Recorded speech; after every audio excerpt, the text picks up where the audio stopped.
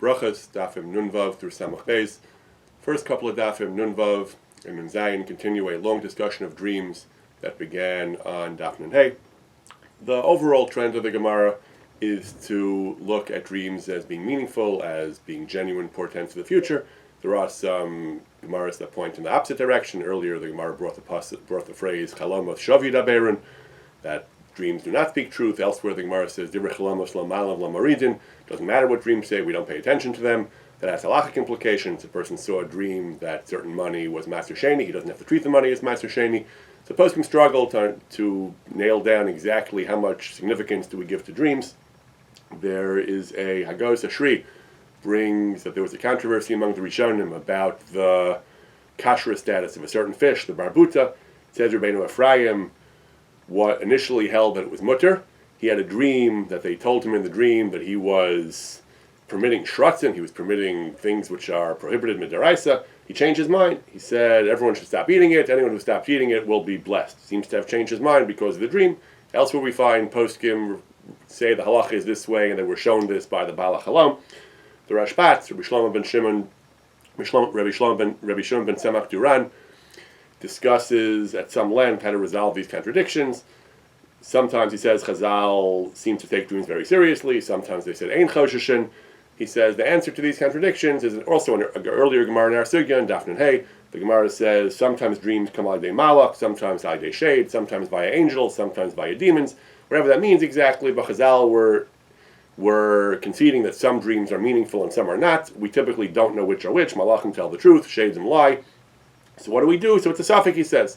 So when it comes to dinei mamronos, when it comes to civil cases that we have to resolve by dreams, we don't admit information from dreams because the rule is dinei mamronos, civil cases need a high standard of proof. You need shnei edim, dreams do not count. When it comes to isser v'heter, when it comes to being choshesh l'chumra, the Gemara says if someone dreams that he was excommunicated, nidu b'chalom, he has to take the nida seriously. It's a suffix isser. Whenever it comes to a suffix in isser v'heter, then we have to be machmer.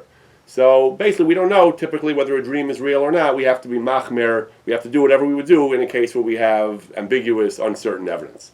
Violet since has an incredible tshuva about a fellow who disappeared in a boating accident. They didn't have enough evidence to allow his wife to remarry. He appeared in a dream to relatives and told them that he had died and where his body was and why the searchers hadn't found it. And it was a very vivid and unusually detailed and specific dream. They still didn't find the body, but they found some traces, which the evidence wasn't enough to permit her to remarry in and of itself. But there was this dream, and the dream, he said he was dead. He actually allows the dream, allows the dream as evidence, as basis to allow the woman to remarry. He says, this dream is so vivid, it clearly sounds like a genuine dream. He says, that which we don't accept dreams, he says, as evidence in halacha. Again, that's dinei mamronos. When it comes to civil cases, where the standard of proof is very high, we require shnei edim. When it comes to aguna, to permit a woman to remarry, the standard is much lower. Eid echad is even one aid is acceptable, and therefore dreams can be acceptable too as evidence to permit a woman to remarry. Daf Nun Ches, the Gemara talks about the bracha that you make on sages, chachamim, and kings.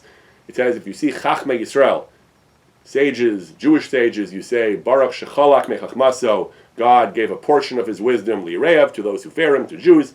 If He sees chachmei of the chachavim, sages of the non-Jews, the Gentiles, you say Baruch shenasan mechachmaso, He gave them chachma, and you say Livriyosav to his creations.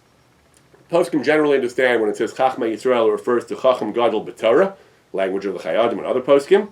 If you see a Chacham Gadol B'Chachmas Ha'olam, a scholar who's wise in other things, in math and physics, then you say the other bracha, Baruch shenas mechachmaso l'briyosef. How much Torah do you have to have? How great a Talmid Chacham do you have to be to get this bracha? It's unclear. Aruch HaShulchan says we don't really know, and therefore that's why people typically don't make this bracha today.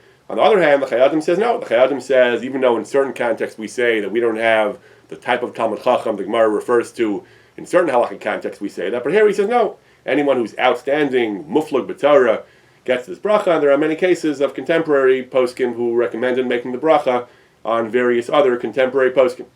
So Aruch HaShulchan says we don't do it. Chayadim says we do. The Tzitz Eliezer brings various opinions both ways and says he disapproves of making it. He says we don't really know. He brings earlier akron that we don't really have such great chacham. He says if you want to make it without Shem or Malchus. But again, there are other poskim who apparently felt that even today there are people upon whom one can recite this bracha with Shemu Malchus. Poskim also debate what happens if you have a Jewish chacham who's not a chacham in Torah, not an outstanding chacham in Torah, but who's an outstanding scientist or outstanding chacham in other areas. The Sefer Hazoros Tshuva, Shimon Sofer, says that you make the bracha, he's not sure, but he concludes that you make the bracha of Chalak Mechach Maser Li'Reav, the same bracha you make for a chacham b'Torah. Since he's a Jew, you say Chalak and you say Li'Reav. Others say no, since it's not Torah, you make the bracha of Shenasan Mechach Maso L'Basar V'Dam. Gemara also talks about the bracha you make on kings. It says that on a Jewish king you say Shechalak Mikvodo Li'Reav, God has given a portion of his honor to those who fear him, to Jews. Malchi of Dechavim, when you see non-Jewish kings, Gentile kings, you say again, Baruch Shenasan, not Chalak, but Nasan, Mikvodo L'Briosef, to his creators, not Yereav, but Briosef. Mishnah Berurah says that kings, rulers, who have no superior, there's nobody above them, and they can kill people, they have the power to be done, to judge, v'horig, they can execute. You make the bracha. On his underlings, on the local sarim, the local nobles and leaders, governors that he delegates power to, Mishnah Berurah says, Tov v'yasher, the right thing to do is to make the bracha without Shemu Malchus. Not the regular bracha with a Baruch Atah Hashem Elokeinu melech haolam, but you still should make a bracha, even on the governor or someone like that, just without Shemu Malchus. Various poskim discuss whether to make the bracha on modern rulers, presidents, and prime ministers.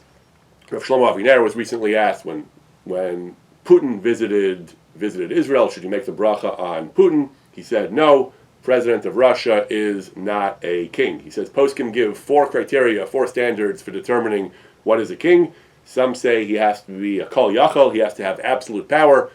Putin, even though he has centralized power, there's still a Kremlin, there are still other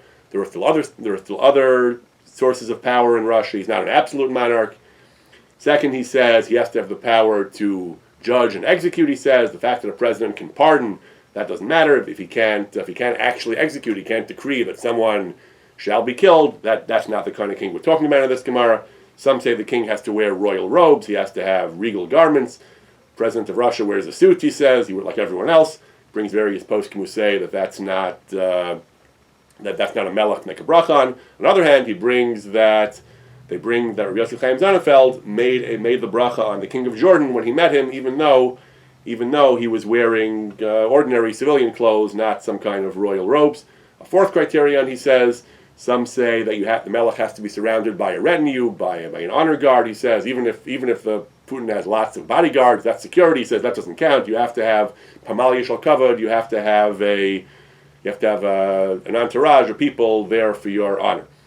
He says, so various poskim have said, the Stipler have said that on the president you don't make a bracha, and when the president of France visited Israel, he says, the Stipler said don't make the bracha on him. He brings another rule that he has to have permanent power. If he's just elected for a term and then he'll be removed, that's not a melech. He brings that the Satmar Rebbe said you don't make the bracha on the president. He's not a king. Rav Elyashiv, when the president visited, said he can't kill, so you don't make the bracha on him. Moshe Sternbuch, he says that you don't make the bracha on the president of South Africa. Rav Chaim Kanievsky says you don't make the bracha again on the president of the United States. The Gemara goes on. The Gemara says if a person sees a friend after 30 days, you say Shachianu. If he sees him after not having seen him for 12 months, you say Baruch Machayim Mesim. He could have been dead for all you know. Poskim discuss whether we still make these brachas b'zman hazeh. Rav Adi Yosef brings from earlier poskim who say we don't make these brachas because since we have contact and communication, we know the person's still alive. It's only if you really don't know if he might be dead, where they didn't have such reliable communication. Rav Adi himself says if that's true for Mechayim Mesim, but not for Shachianu. Shachianu, he says, as long as you haven't seen him for 30 days, even if you actually spoke to the person, you spoke to your friend, or even a person's wife, if he was away for 30 days, he hasn't seen her, he makes the Shachianu. However, Mechayim Mesim, you don't make the bracha. Mechayim Mesim, he agrees to the svara. Unless you really thought he might have been dead, you don't make the bracha unless it's someone you haven't heard from, you have not heard anything from for a year. He might actually be dead. Then you make Mechayim Mesim. That's not so plausible today. He says you only make this bracha on someone who's really close to you, someone who makes a big difference to you. He says someone who's that close to you, you'd probably hear from him within a year. He says.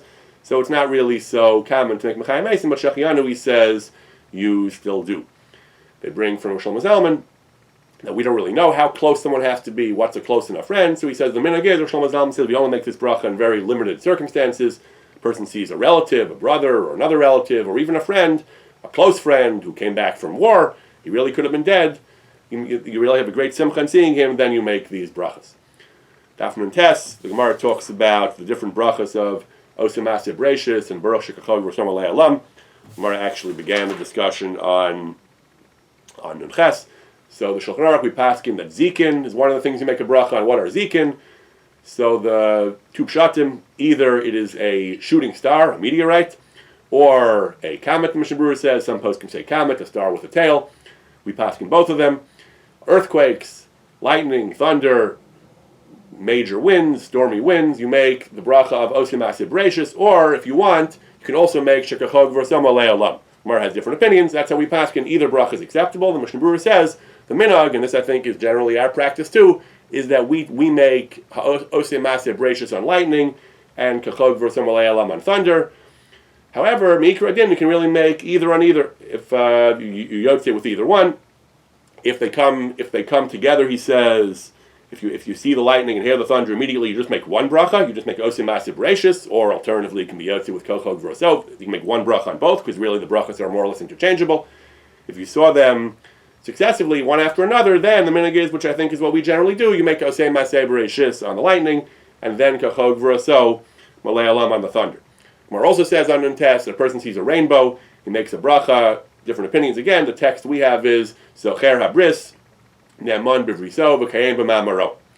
Shulchan Aruch brings from Rishonim Asur L'Istakel Bo B'Yoser. You should not gaze too intently at the rainbow. It's not appropriate, based on a Gemara and Chagiga. The Chayadam brings an interesting thing. He says he saw a sefer. He doesn't remember what sefer it was, but he saw a sefer that says one shouldn't tell somebody else about a rainbow, because it's motzi diba. It's a bad thing. The rainbow is a sign that we deserve to be punished, presumably. So it's motzi diba. It's a form of lashon hara, not something you should be telling anybody else. It's odd for a posik like the Chayadim to just say he saw it in a sefer. He doesn't remember where, but I guess he considers it authoritative enough to bring it. Mishnah Berurah also brings this Chayadim. However, the sefer Bris Gehuna says that the minhag, the widespread minhag in Jerba, the Isle of Jerba, is that no, people who see rainbows, they do tell their friends to make the bracha. He doesn't agree with the Chayadim. He says, on the contrary, you should tell, he says. First of all, we have Hakar Satov, where we have to be moded to Hashem, that his great chesed, he made the bris with Noach, that he will never destroy the world again. Also, we have to learn Musar, he said. People should learn that there was a rainbow. Everyone should see that there's a problem and that they are sinners and need to do tshuva. So it's a good thing to tell people about the rainbow. Yafa Nagu, he approves the minhag of Jerba to tell. Hisor Eliezer Malamed says that he thinks the minhag is to tell, not like the Mishnah Berurah and the Chayadim. The Gemara talks about the bracha you make on rain. The Gemara on Amud Beis, in Testament Beis, talks about the bracha on rain, different brachas. So the Shulchan Aruch says if you're bitzar, if people were distressed about the absence of rain, then you make the bracha on the rain. However, the Ramah says we don't do this. We're not knowing like this today. We don't make this bracha. I've never made this bracha. I've never seen anyone make this bracha. He says the reason is Medinas Elu, in our countries the rain is more regular and steady and constant, and we don't have drought as much, and therefore we don't feel the same great simcha when it rains. Mishnah Berurah says we don't have simcha. However, in Achinami he says, even in these countries where the rain is more reliable, is more steady, he says, in a case where there was a drought and rain was necessary and there was a problem, and the olam was bitzar, people were distressed, then you do make the bracha after it rains. Gemara says a person has a child, a male child, he makes hatov, the bracha of hatov v'hametiv, she should make the bracha too. Mishnah Berurah says the implication is only on a son, not on a daughter. The implication of the poskim is even if a person has many sons and he really wanted a daughter, and he got the daughter, he was ready yotzi, and he wants to mekayim pru revu by having the daughter. Still, he does not make the bracha on a daughter. Neither bracha mikra din tov ametiv shachianu. However, he says pashut. He thinks it's pashut. He says the first time you see the daughter, you should make the bracha of shachianu. It's not worse. We said before, seeing your friend after you haven't seen him for 30 days. And you have simcha, so certainly a person has simcha when he sees his daughter. So Mishnah Berurah suggests that you should make, he thinks it's obvious you should make shechianu. Other poskim disagree. Aruch HaShulchan says that when you have a daughter, you don't make the bracha, you don't have as much simcha as when you have a zachar. Doesn't matter if you fulfill pru revu, if you didn't fulfill pru revu. Doesn't matter if you have joy. You have joy or you don't have joy. Either way, the halacha remains the halacha. You make the bracha on the son and not the daughter. The Netziv also goes back and forth. He says, even Kalim Chadashim, we're going to discuss soon, even if you buy new utensils, new housewares, you make the bracha. So a person has a girl, he should certainly make Shachianu. However, he says poskim don't say that, so he's not sure. I saw they bring many Sephardic poskim say we don't make the bracha on daughters unless there's a minhag to do so. The Rama also brings that in general, he says, Rashba apparently says this, that the minhag is to be mekil on this bracha, these brachas of Hatam Eitim and Shachianu, that they say it's not a chova, it's only a rishus. The Gemara says Shachianu is only a rishus. That's why many people are mekil on these brachas. Mishabura brings, many Acharonim say, the right thing is to make the bracha. The right thing is a person should thank Hashem, even if it's rishus, it's a good thing to do. Some defend the minhag. On the other hand, others defend the minhag not to make the bracha. Many of the Sephardim say that when you have a child, we don't make the bracha, we wait for the Shachianu we're going to make at the Milah. At least according to the minhag of the Sephardim. So there are different customs about making the bracha on both boys and girls. Bisman hazeh. Gemara goes on, a person buys a new house or buys kelim chadashim, new items, new housewares or clothes. You make Shachianu. If you buy it for yourself, if you buy it for the use of multiple people, then you make Hatov HaMeitiv. So, Mishabur explains it applies to Malbushim, to clothing, Klei Tashmish, Diavachila, pots, pans, china, as long as there's something that are worth rejoicing, as long as there's something that make you happy. And it depends on your economic class. If you're an ani, then for you, something nice that makes you happy is something that might be much simpler than what an usher needs to make him happy. If you're such an usher, you're so rich that even really elegant kalim, you're not sensitive to anymore. You've just been dulled to the joy of material things. Then you don't have simcha. Then you don't make a bracha. You should ideally make the bracha right away. The Mishnah Berurah says while you still have the simcha. The Acharonim debates whether you should make the bracha on a house. The Gemara says house. House is one of the things you make the bracha on.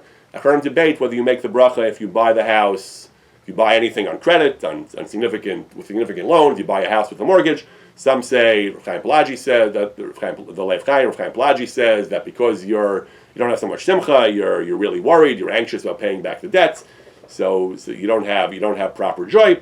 Others, Tzitz Eliezer, say that that's absolutely not correct. The Gemara says even if the same sugyas, the Gemara says if a person's father dies and he gets an inheritance, he makes the bracha, even though there's certainly tsar from the death, but there's also happiness on coming into an inheritance, and they're two separate things. And the bracha can be looked at locally, the benefit to the Yerusha, even though on balance you wish your father would still be alive.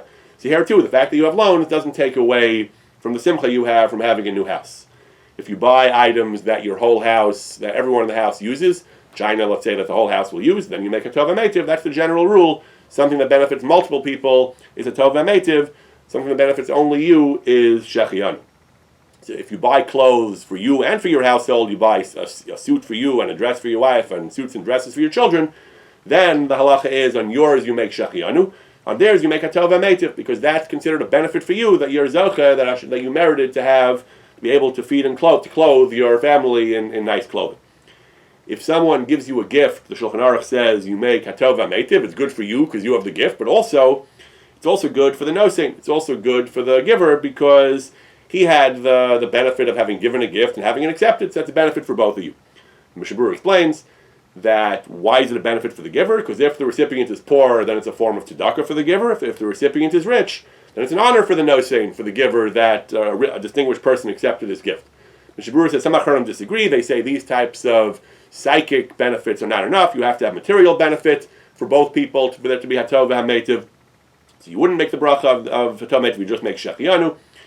L'maisa, Mishnah Berurah says he recommends shechianu, not hatov HaMeitiv. Others defend the Shulchan Aruch, but he says he recommends that, Birlachi explains, he recommends that you make shechianu in such a case. If the tangible benefit was only to the recipient, then he should make shechianu, not hatov HaMeitiv. Ramosha has a tshuva. He was asked about what bracha do you make on engagement rings. So he says when the chassan buys it, the chassan makes shechianu. He hasn't given it to the kala yet. He still has it. So when he has it, he now has a ring. He can use the ring if he wants. So for him, it's shechianu. It's a ring that's personally beneficial to him. When he gives it to the kala, he says she should make hatov HaMeitiv because it's a benefit for the nosing too. It's a benefit for both of them. She has the ring, and he's happy that she accepted his engagement ring. However, Moshe writes, he's not home. When he gets home, he'll look into it further. But that was his initial suggestion, that on an engagement ring, both the chassan and the kala should make hatov HaMeitiv. You can make hatov HaMeitiv. The kala can make hatov HaMeitiv when she gets it. The chassan makes shechianu when he first acquires the ring. The Gemara in Daf Samach talks about the idea of Tefillah Shav. It was really a Mishnah at the beginning of the parak, back on Daf and Daled. The Mishnah says that Tzoik L'Sha'avar, one who asks Hashem for something that's already in the past. For example, his wife is already pregnant and he's misbal for the gender is already determined. Even though we can't see it necessarily, they didn't have ultrasounds, but still, the gender is already there, at least after 40 days, and it's established, so that's Tefillah Shav. If you hear a commotion, a bad commotion going on in the city, when you're entering, you say, please God, let it not be in my house, that's Tefillah Shav. Either it is or it isn't. You can't be misbal L'Sha'avar. The Gemara in Daf Samach talks about different applications to gender. So contemporary posts can discuss, what about someone with a terminal illness? So the illness, the doctors say he's not going to live. He can't live. It'll be a miracle if he lives. Why can't you be misbal L'Sha'avar? Because it would be a miracle. For God to change what already happened, to change the gender, would be a miracle. So can you pray for someone who has terminal cancer that he should get better? Several contemporary poskim, they bring this from the Chazon Ish, they say yes. They say that there are such miracles. There are medical miracles. Sometimes the doctors say that someone definitely will not live, and he does. That's not considered a supernatural miracle of the sort that would be Tefillah Shav to pray for, and therefore you should still pray for, you can and should still pray for someone, even if the doctors say it's hopeless, you should still daven. The Gemara talks about one who enters the bathroom, Maram and Beis, Samachon and Beis, and Nicholas and Beis Akise. When he enters the bathroom, he makes a request to the Malachim. He says, "Iskabdim Mechubadim Kedoshim Mashar Se Elyon." He says, "Please wait while I deal with my needs in the bathroom." We don't do this. Shulchan Aruch says, "Achshav lo nagu la'amra." We don't say this. The reason is, Mishnah Berurah brings, because we don't consider ourselves so pious, so righteous that we merit to have angels following us around. So we're not going to assume we have these angels. The Gemara goes on later on Samacham and Beis. The Gemara discusses Hamapil and the brachos that are brachos hashachar. So the Gemara says that you make each bracha in the morning when you have the experience that bracha refers to. When you hear the kol tarnagola, the crowing of the rooster, you say Asher nasan lasech vivina, and so on. For the other brachas, you make the various brachas at the various stages of your preparations, getting ready in the morning and having the experiences of the morning. We don't do this. The Shulchan Aruch explains today, for two reasons we don't do it like that. First of all, ein hayadayim nekiyos, our hands are not clean. I'm not sure what was different in the time of Chazal, but today our hands are not clean. Also, amei haaretz, unlearned people who don't know the brachas. So we wait till we get to the shul, we wash our hands, then we say the brachas publicly. People can say amen. That's how we do the brachas today. We typically say them all in one shot as part of davening when we get to shul. A couple of the specific brachas the Gemara talks about. The Gemara says when a person is ma'atef b'tzitzis, when he wraps himself in his tzitzis, he makes the bracha l'satef b'tzitzis.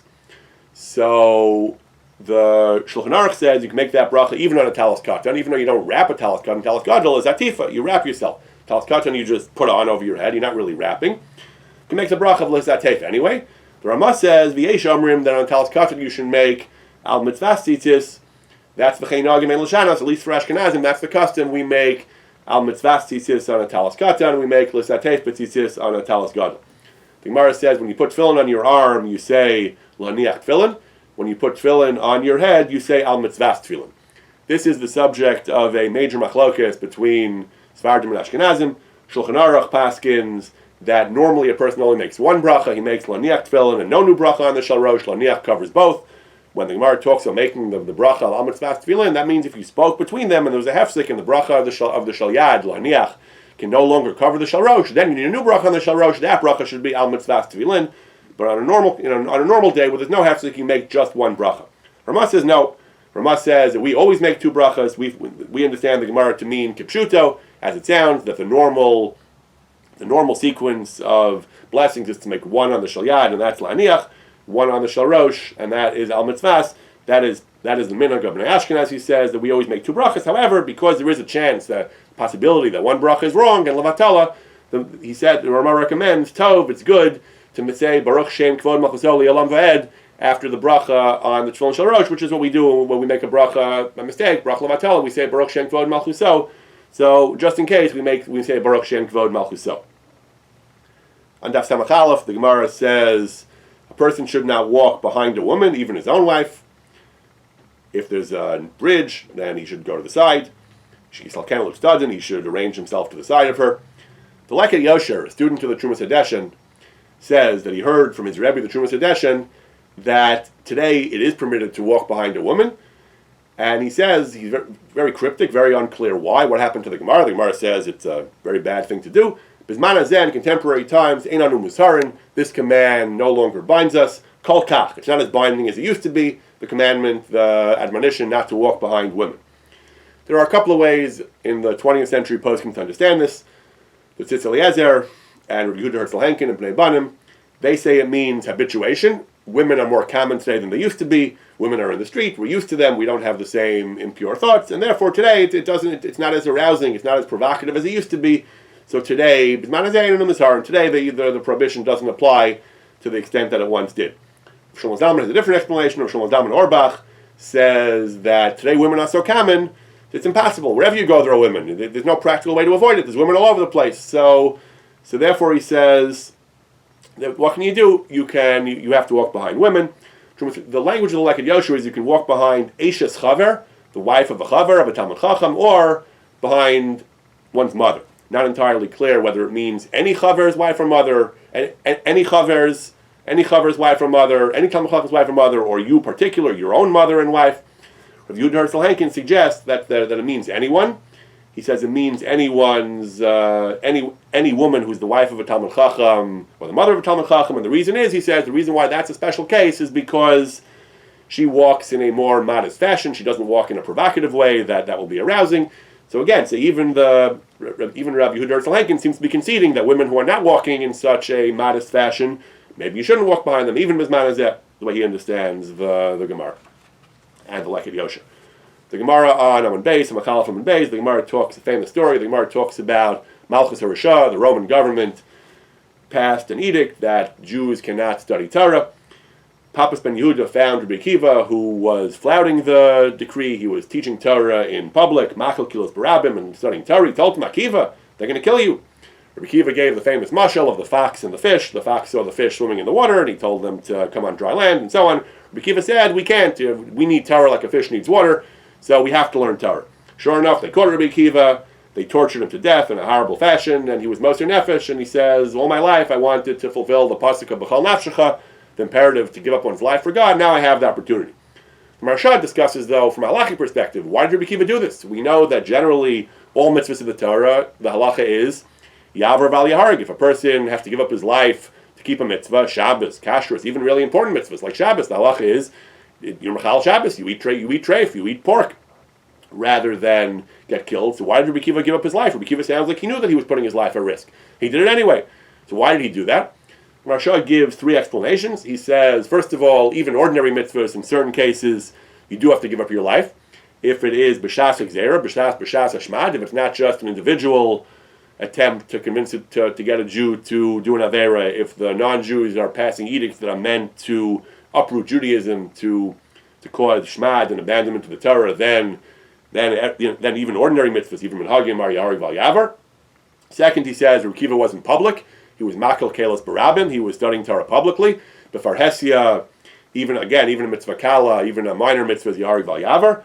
Third, he says, there is a shita, the Yerushalmi, and some Rishonim passing this way, that even other mitzvahs, you don't have to give up your life, but it's midas chasidus. If a person wants to, he could. It's a big machlokas. Rambam says you can't. Rambam says you're an avarian, you're a sinner if you give up your life, but you don't have to. But other Rishonim say you could. So according to those Rishonim, maybe Rabbi Akiva wanted to be machmer last one. He wanted to make a point. He wanted to show how important Torah was and how important love for Hashem is. That's what we say in Shema, b'chol levav b'chol nafshecha b'chol ma'odecha, that he wanted to give up his life even though he wasn't mechuyev to Mikra Din.